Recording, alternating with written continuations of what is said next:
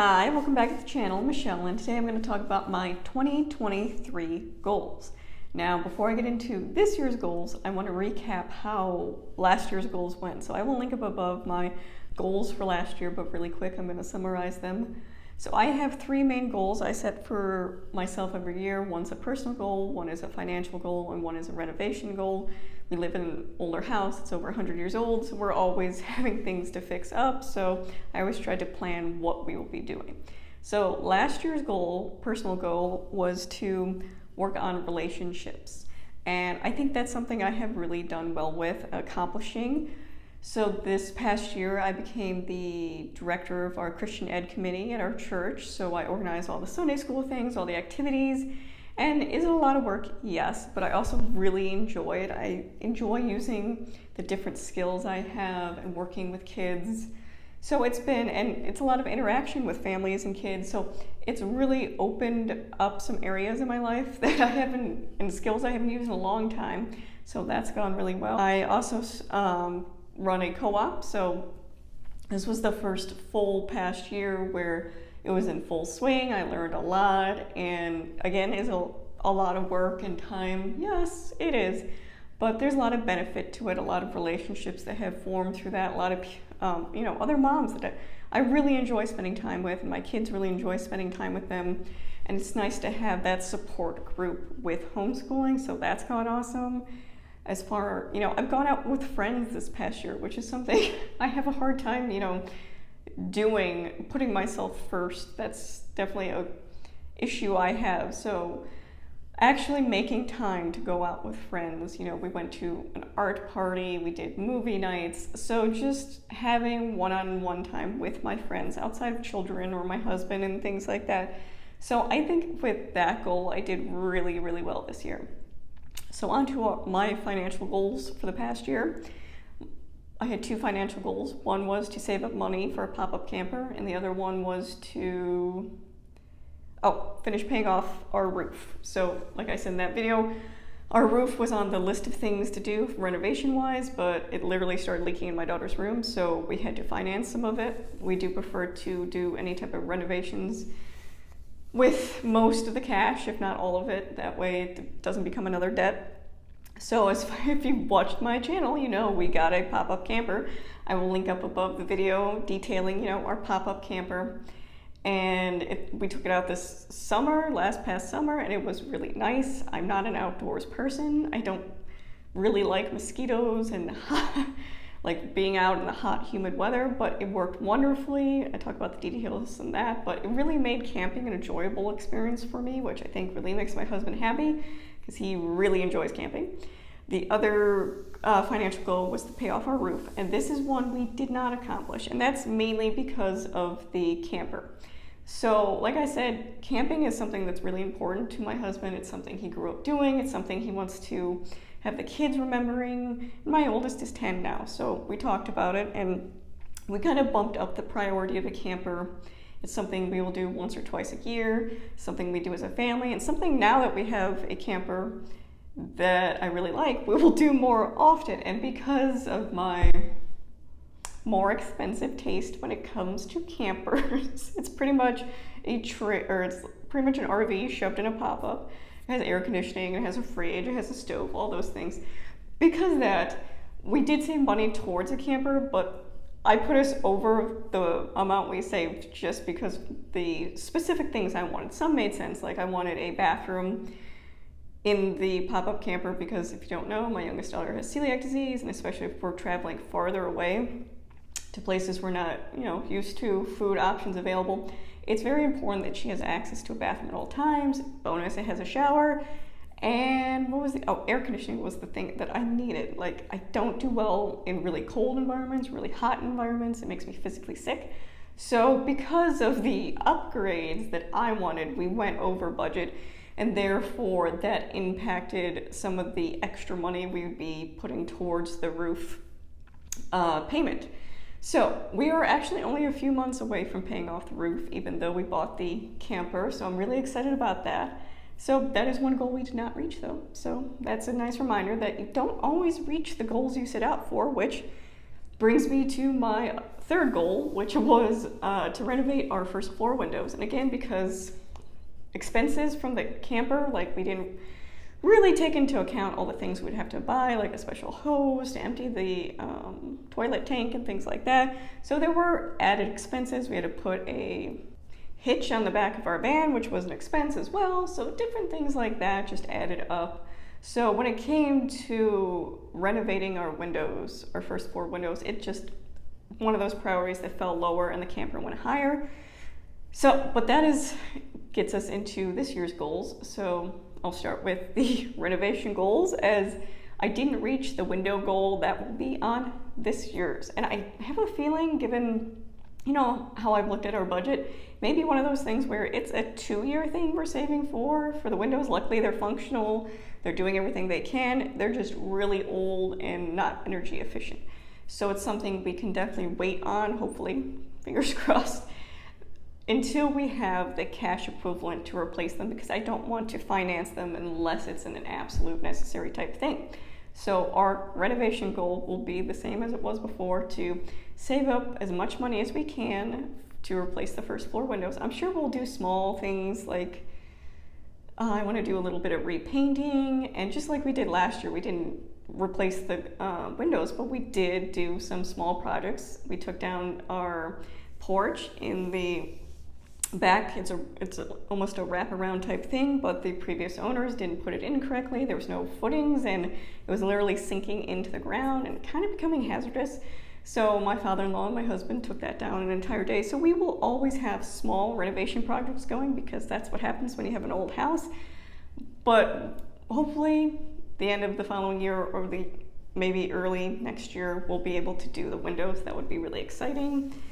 So on to my financial goal for this year. My main financial goal will be to, of course, pay off that roof. That would be really nice too. And I said we will, hopefully in a few months. You know, things always change. Budgets are never written in stone. But I would really like to pay off that.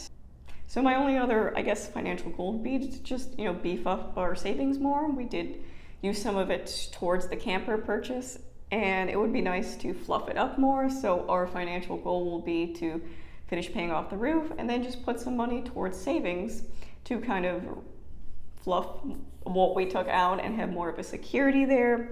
And then the last goal would be my personal goal. So my personal goal this year will be to focus more on me. And I don't want this to come off as like a selfish type thing, but I've talked in the past on certain videos how it's very easy to lose yourself to motherhood.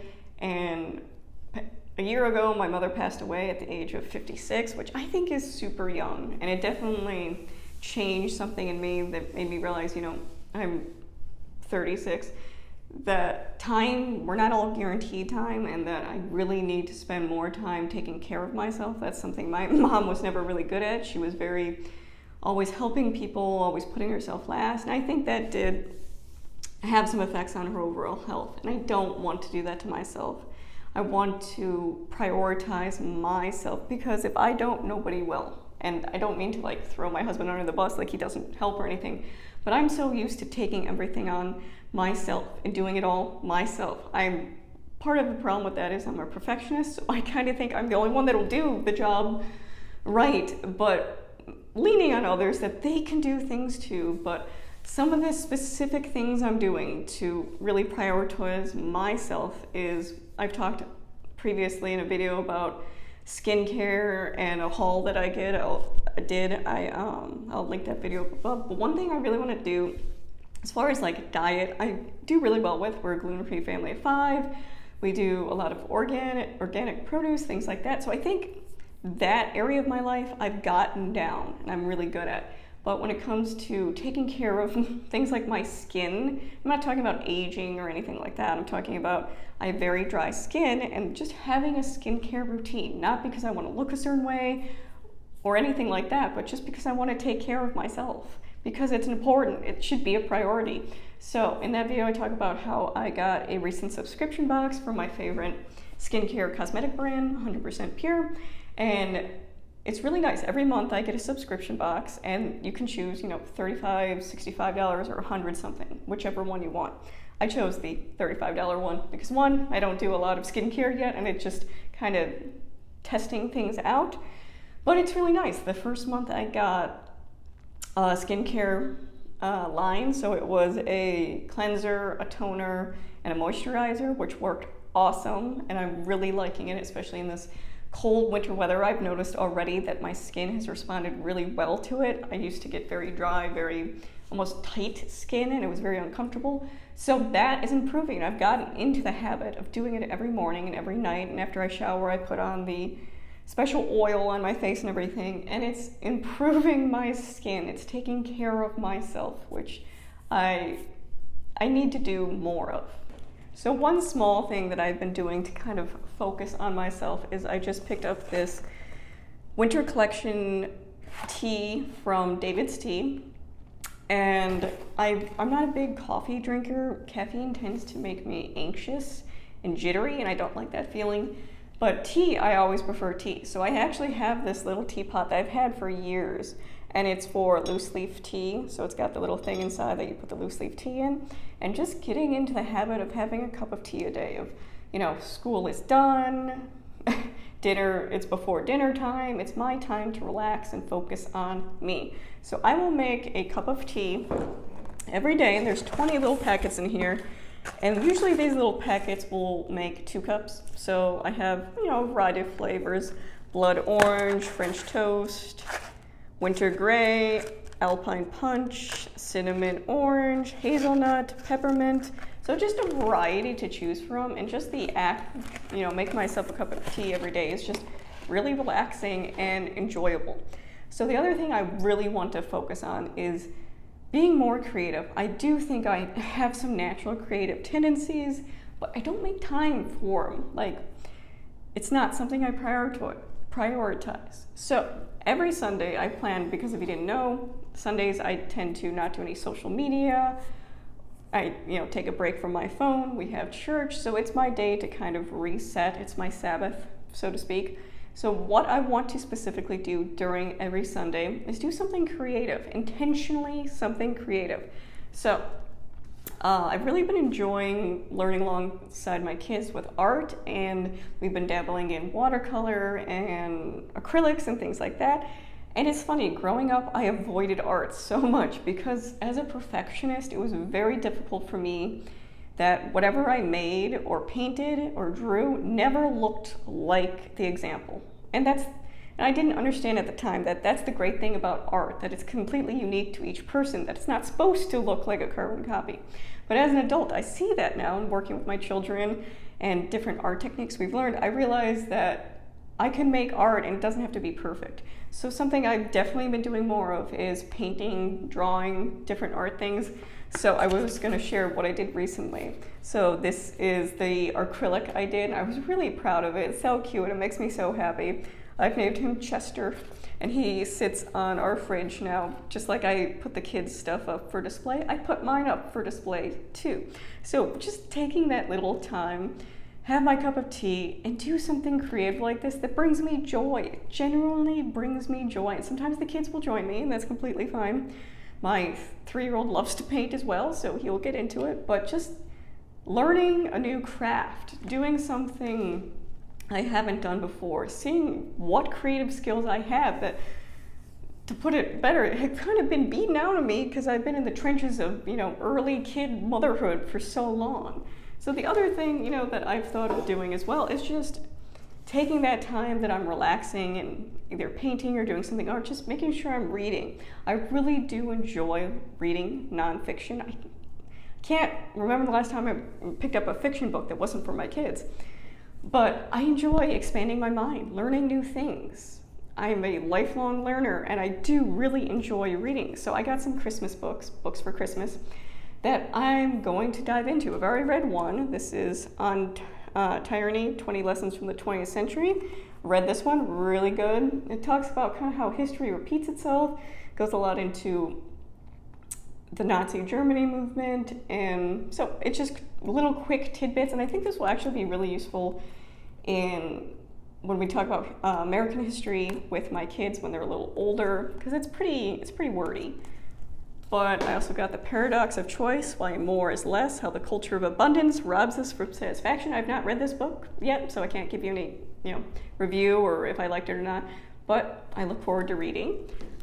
I also got this from Santa, Holidays, 35 Festive Family Activities to Make the Season Bright, so I look forward to looking through that and just giving different ideas.